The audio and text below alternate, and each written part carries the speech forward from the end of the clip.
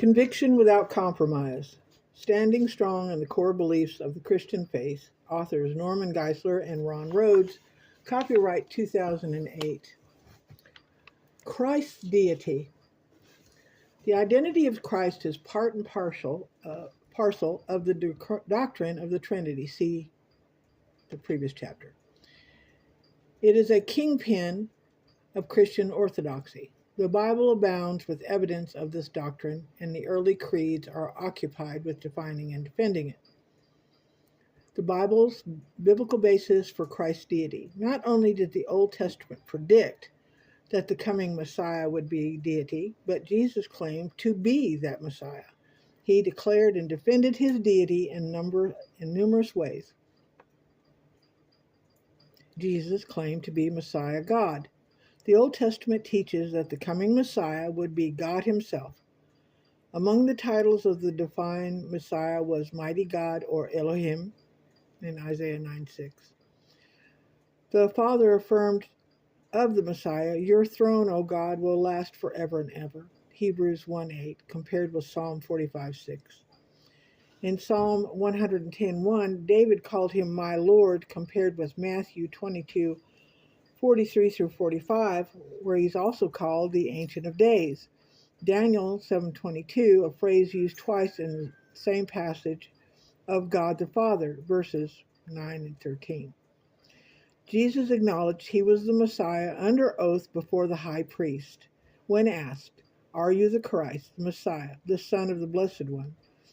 Jesus responded, "I am," at which the high priest tore his robe and said to the others present, "You have heard the blasphemy."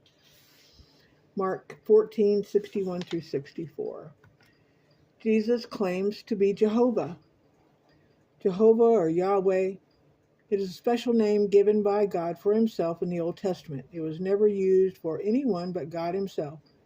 It is a name revealed to Moses in Exodus 3:14, when God said, "I am who I am."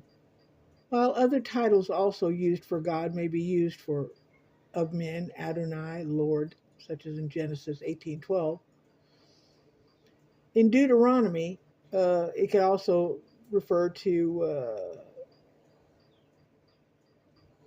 false gods sometimes, in the Elohim, that is. Yahweh is used only in reference to the one true God. No other person or thing was to be worshipped or served. Exodus 25. And his name and glory were not to be given to another. Isaiah wrote, "Thus saith Jehovah, I am the first, and I am the last, and beside me there is no God." Besides me there is no God. Isaiah 44:6. "And I am Jehovah, this is my name, and my glory I will not give it to another, neither my praise unto graven images." 42:8. Yet on many occasions Jesus claimed to be Jehovah. He prayed, "And now, O Father, glorify thou me with thine own self, with the glory which I had with thee before the world was." John 17:5. But Jehovah of the Old Testament said, "My glory I will not give to another." Isaiah 42:8. Jesus also declared, "I am the first and the last." Revelation 1:17. Precisely the words used by Jehovah of himself in Isaiah 42:8. And Jesus said, "I am the good shepherd." John 10:11. But the Old Testament said, "Jehovah is my shepherd." Psalm 23:1. Further, Jesus claims to be the judge of all men. Matthew 25:31 through 46. John 5:27 through 42. But Joel quotes Jehovah as saying, "I will sit to judge all the nations round about." Joel 3:12.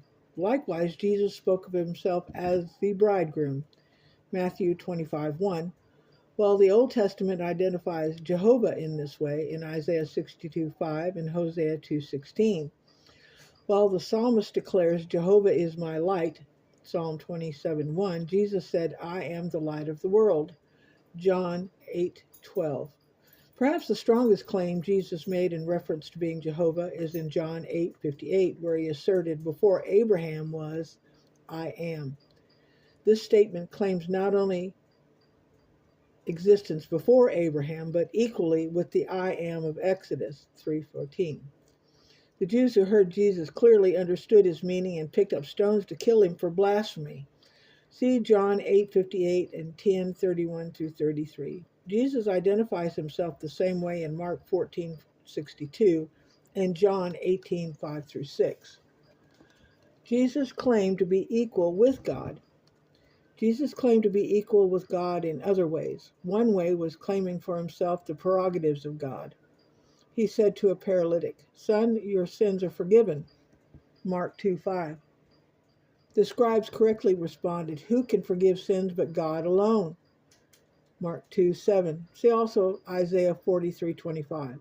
So to prove that his claim was not an empty boast, Jesus healed the man, offering direct proof that what he had said before about forgiving of sins was true also. Another prerogative Jesus claims was the power to raise and judge the dead. I tell you the truth, a time is coming and has now come when the dead will hear the voice of the Son of God, and those who hear will live and come out, and those who have done good will rise to live, and those who have done evil will rise to be condemned. John 5:25 and 29. Jesus removed all doubt about his meaning when he stated, "For just as the Father raises the dead and gives them life, even so the Son gives life to whom he is pleased to give it." John 5:21. But the Old Testament clearly teaches that only God is the giver of life. Deuteronomy 32:39. 1 Samuel 2:6. Only God can raise the dead. Psalm 2:7, and judge them. Deuteronomy 32:35 and Joel 3:12. Jesus boldly assumed for himself powers that only God has. Jesus also claimed that he should be honored as God. He said that all men should honor the Son just as they honor the Father. He who does not honor the Son does not honor the Father who sent him. John 5:23. The Jews who heard this knew that no one should claim to be equal with God in this way, which is why they reached for stones. John 5:18. Further, Jesus told the disciples, "Do not let your hearts be troubled. Trust in God, trust also in me." John 14:1. If Jesus was not equal to Jehovah, then placing himself on an equal par with Jehovah as an object of men's faith would have been blasphemy.